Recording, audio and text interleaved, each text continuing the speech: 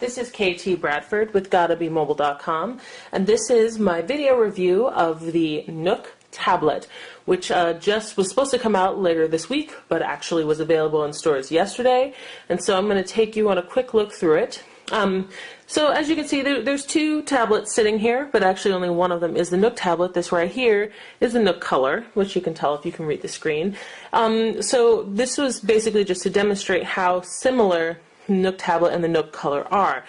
On the outside, they're almost identical. The Nook tablet obviously has a bit of a different color. It's just a little bit lighter, but overall, in terms of dimensions, in terms of, you know, like here the little Nook, I guess is what they call this, and the stylized end button, these are pretty much the same on the outside. The only outer difference that you are going to notice is that the Nook tablet here is just a little bit lighter than the Nook Color, which is very good because Nook Color is a little bit too heavy. So it's like this is actually pretty much the right weight for this size tablet. So really like it quite a lot. Here we have this little strip, and this strip is not here on the Nook Color. And this basically puts up front what is a Nook tablet for. It's for books and for reading your magazines and newspapers and watching movies and listening to music and playing with your apps. That's what all those things are there for. And when you tap them to open them, they bring up, you know, just like little window overlays. They give you some information. Mostly it points to shopping, because Barnes & Noble does want you to go shopping for things. But then here we have movie and TV apps, and these are just, you know, a collection of apps under that theme, which is nice to have all in one place. And then music, again, apps on a theme.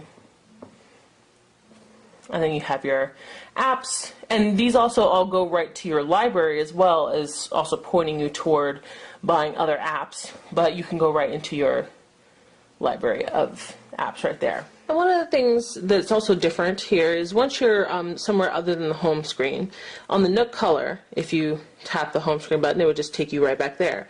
But here on the Nook tablet, if you tap the N, it actually brings up this menu, which was brought up by tapping this before. And so it has all the same things, except for now it's had an added home screen button, so you can go back to home.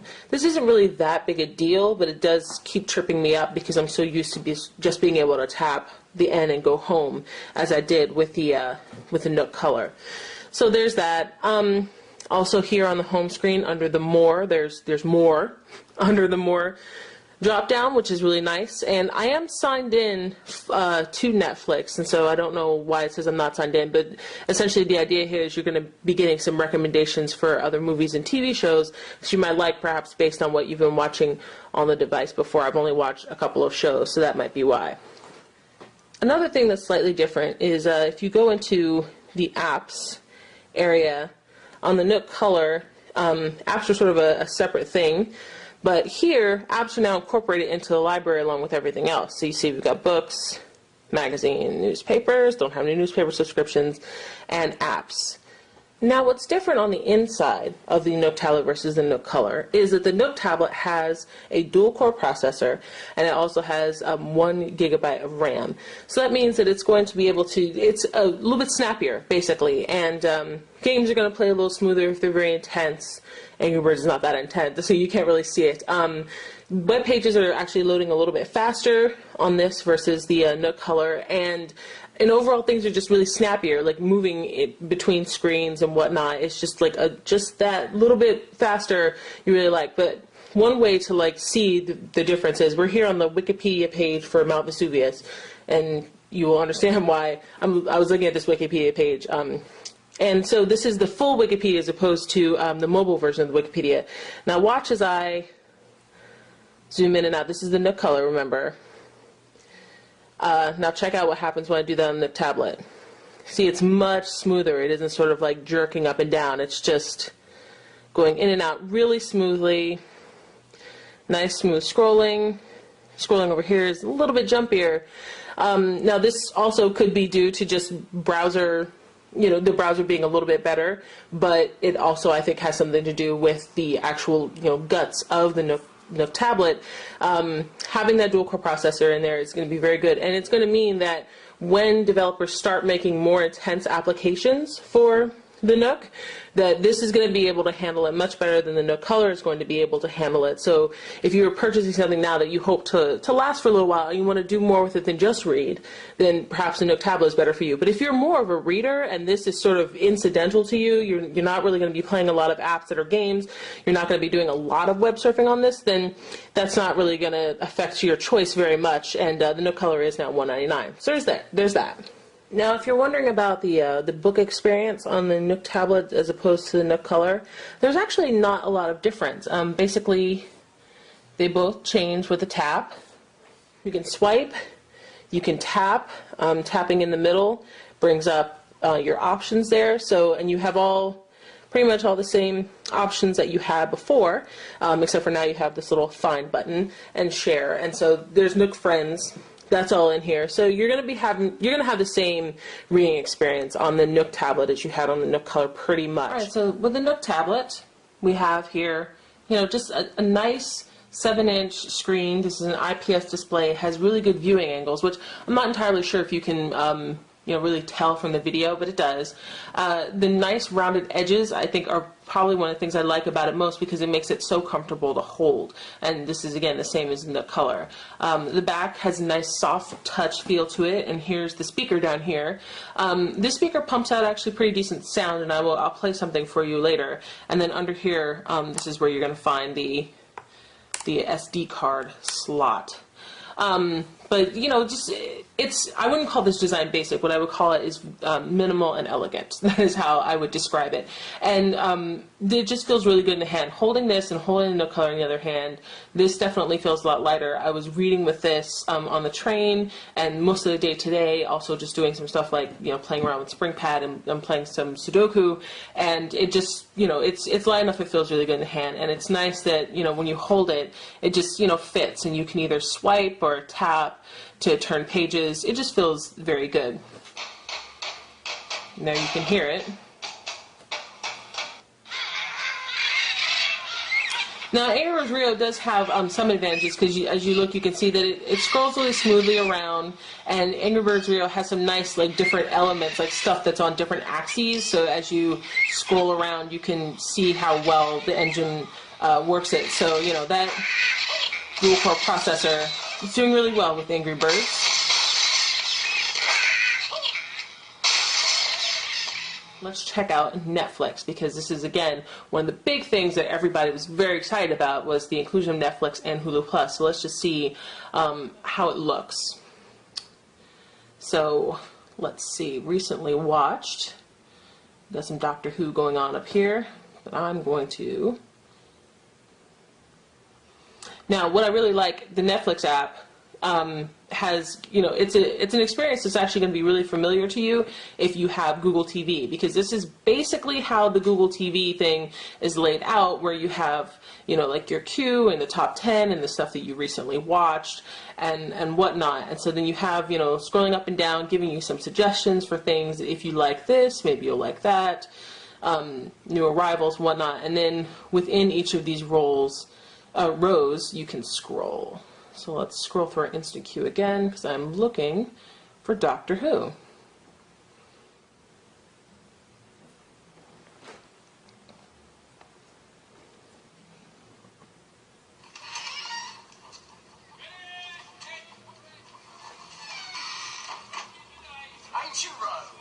All right. And so if we tap here, then this will come up, and again, we're going to see the back button, the menu, whatnot, as well as the player controls. Trying to get to a little scene with some action. So this is in HD, and it actually looks really good. And even though the screen is glossy, it still is actually a really pleasant viewing experience. So you're going to be holding this pretty close when you watch things, so it's good to have with headphones, but the sound is pretty good too. And as you can see, I had it up on 100% volume, and it was okay.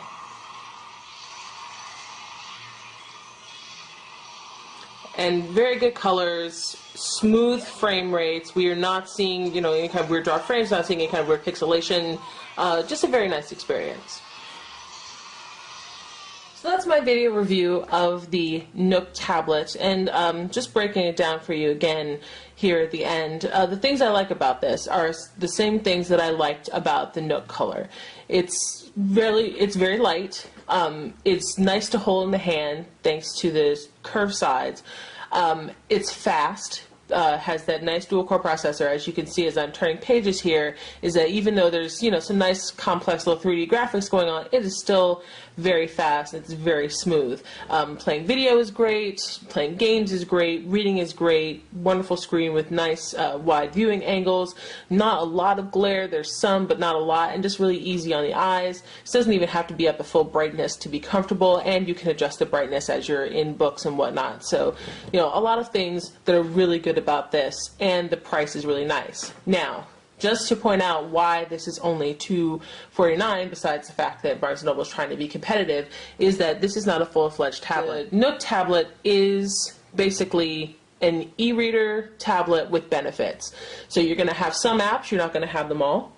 You are going to be able to read books and read magazines and have all the goodies that come with this. One thing I didn't show you here is just children's books, which again is more goodies, especially if you're a parent. It's really nice to be able to read books with your kids. So you have a lot of software ecosystem goodies, but a pared down tablet experience. There's no Bluetooth here. There's no GPS. There's only Wi-Fi. There's no 3G. There are no cameras, anything like that. For $249, I think this is still one of the best tablet values in the business.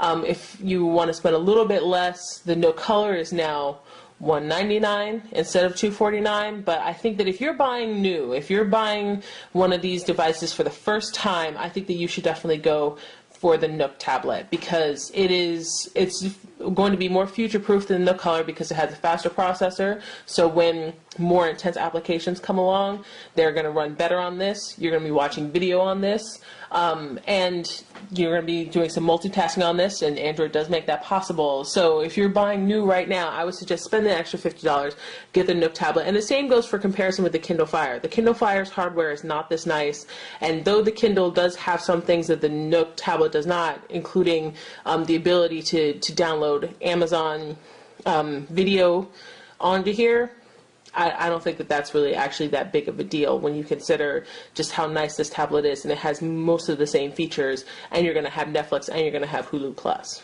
So I say go ahead, go for the Nook tablet over the Kindle Fire. That is my recommendation for this. This has been KT Bradford with GottaBeMobile.com, here reviewing the Nook tablet from Barnes & Noble.